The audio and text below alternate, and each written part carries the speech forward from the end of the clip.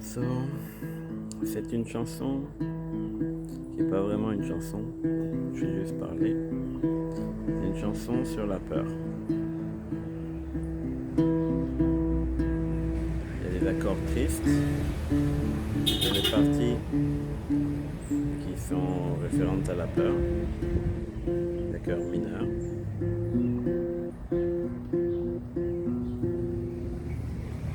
Il y a des accords avec un peu plus d'espoir.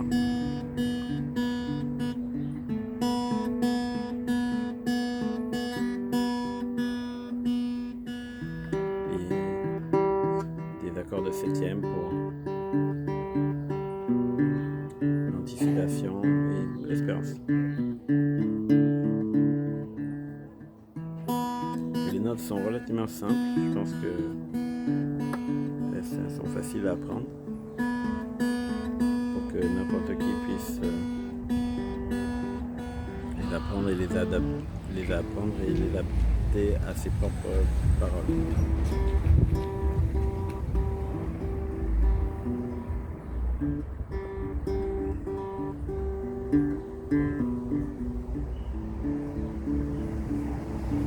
Sur cette chanson qui n'en est pas une est sur la peur, sur ma peur, sur la peine par rapport au futur de l'humanité, au changement climatique, le destin de la vie sur Terre. C'est des thèmes que j'ai pensés pendant beaucoup de temps, qui m'ont donné beaucoup d'anxiété. Et à lire des livres, j'ai eu plus d'anxiété mais aussi plus de techniques sur comment les gérer. A priori, il est avéré que le climat tel que l'a connu l'humanité et le développement de la civilisation est perturbé et ne va pas revenir à un état stable et déstabilisé pour des milliers d'années à venir. Ça ne veut pas dire que l'humanité est terminée, mais que la civilisation telle qu'on la connaît, telle qu'elle s'est développée sous un climat stable est tout seulement menacée, pero elle va elle va changer, c'est clair. Et ça, c'est effrayant, c'est angoissant, ça donne envie de rejeter les nouvelles pour des raisons juste émotionnelles. Ça contradit l'essence aussi, parce que ce qu'on voit autour de nous, c'est que il fait beau, peut-être que les hivers sont un peu plus chauds, mais la vie continue, quoi. Mais on est une civilisation scientifique et on a des outils scientifiques pour dire que ça va changer. Ça change déjà, on voit déjà des catastrophes climatiques, le niveau de la mer qui monte, des zones désertiques, des cônes de chaleur, des gens qui meurent. Des gens qui migrent parce que quand l'endroit où vous vivez devient invivable, vous voulez aller ailleurs. Et des gens qui réagissent aux migratoires, qui votent pour la droite, pour le nationalisme, pour des politiques plus dures. Des politiciens démagogiques qui se font élire sur des promesses de protection nationaliste, qui est un problème mondial, c'est pas vraiment la solution. Et en évitant les sujets de fautes, de coupables, où c'est les pays en développement, les pays développés qui ont causé le plus du changement climatique qui affecte maintenant les pays en développement. Mais cette peur, il ne faut pas l'ignorer, il faut la prendre en compte. Ça peut être un moteur d'action, il faut trouver son action, il faut trouver ce qu'on peut faire à propos de ça.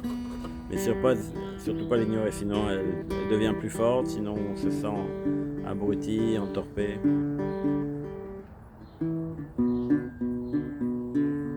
On peut l'utiliser pour l'action, pour se rassembler avec d'autres.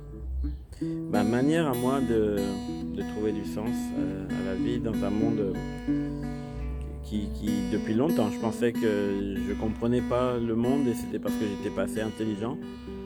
En fait, c'est que le monde dans lequel je vivais n'avait pas beaucoup de sens. Ça passe par l'idée que on doit chercher comment collaborer avec les autres espèces animales, humaines et non humaines, avec les autres plantes. Il y a un drame similaire à celui qu'on est en train de vivre qui s'est passé il y a très longtemps, à une époque où les organismes multicellulaires n'existaient pas encore et les organismes unicellulaires étaient encore en train d'évoluer. Ça s'appelle le grand événement d'oxygénation. C'est un événement qui n'est pas compté par les extinctions massives, mais où 80% des espèces qui existaient ont disparu. C'était un monde où l'atmosphère était pleine de dioxyde de carbone, il n'y avait pas d'oxygène, et des organismes capables d'extraire le dioxyde de carbone et de l'utiliser en combination avec la force du soleil, florissaient et formaient des espèces de matelas de cellules, des colonies massives sur toute la surface de la Terre. Mais une de ces espèces, parmi tant d'autres, les cyanobactéria, ont appris à terre très efficace à en extraire et à éjecter le dioxygène qui maintenant est présent dans l'atmosphère de manière et ce dioxygène, il était toxique. Il est toxique pour les cyanobactéria et tous les formes de vie qui vivaient à cette époque-là.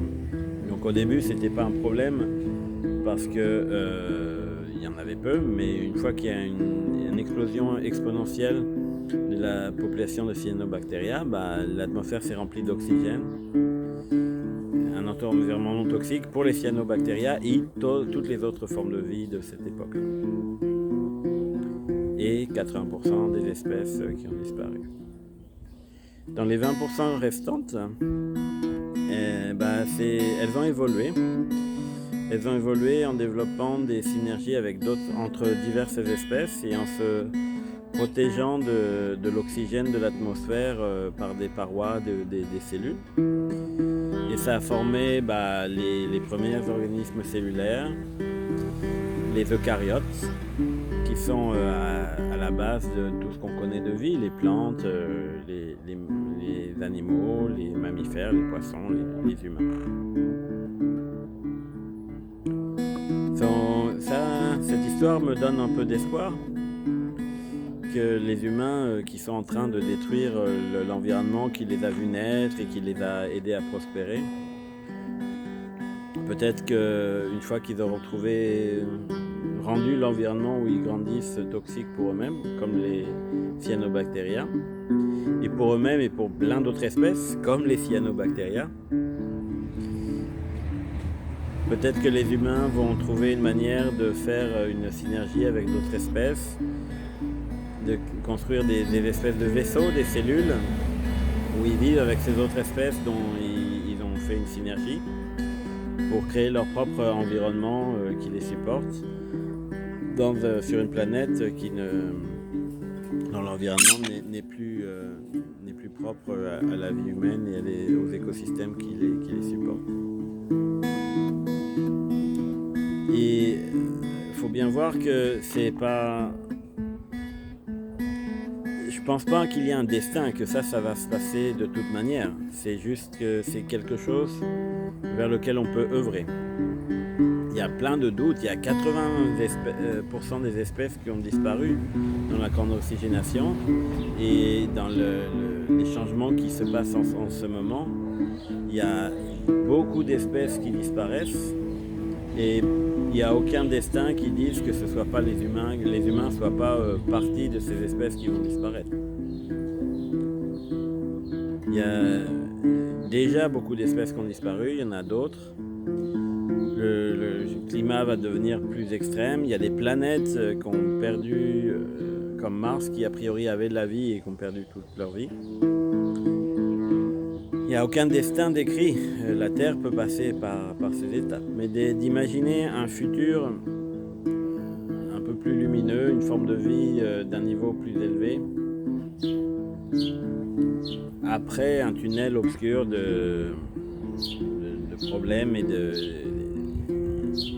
douleurs, si ça me donne quelque chose vers quoi avoir l'impression de faire quelque chose d'utile, explorer la communication interespèces, explorer les collaborations interespèces, mettre les bases pour une meilleure collaboration au lieu des exploitations passées entre les espèces animales humaines et les espèces animales non humaines. Et ça prendra du temps, mais justement, faut commencer tôt. Et ça va être une course contre la montre entre la détérioration du système Terre et de l'environnement qui supporte la société humaine, qui va se détériorer relativement rapidement, et la capacité d'invention et d'adaptation des humains. Donc, avoir une synergie entre des espèces humaines et des espèces non humaines, ça c'est de la science-fiction, on n'y est pas encore. Enfin, il y a des collaborations comme les humains et les chiens, mais avoir quelque chose qui permette de vivre dans un vaisseau, de générer l'oxygène, de vivre dans une petite bulle sur la Terre. Il y a eu des expériences pour faire ça, mais elles n'ont pas été très positives. Mais le fait que ce soit dur, ça veut juste dire qu'il faut commencer tôt. Ce genre de pensée, elles peuvent être considérées un peu toxiques.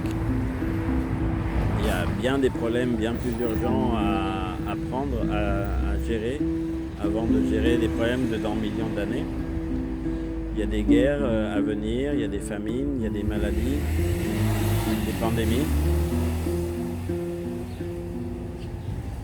Mais on peut essayer de gérer tout. Si on est une espèce à une intelligence développée, il faut pouvoir anticiper le futur et agir en conséquence. Donc pensez un peu à ça, c'est le rôle que je m'auto-assigne, c'est la responsabilité que je veux prendre. Et penser à ça une fois par an au Nouvel An, ça me semble raisonnable. Bonne année!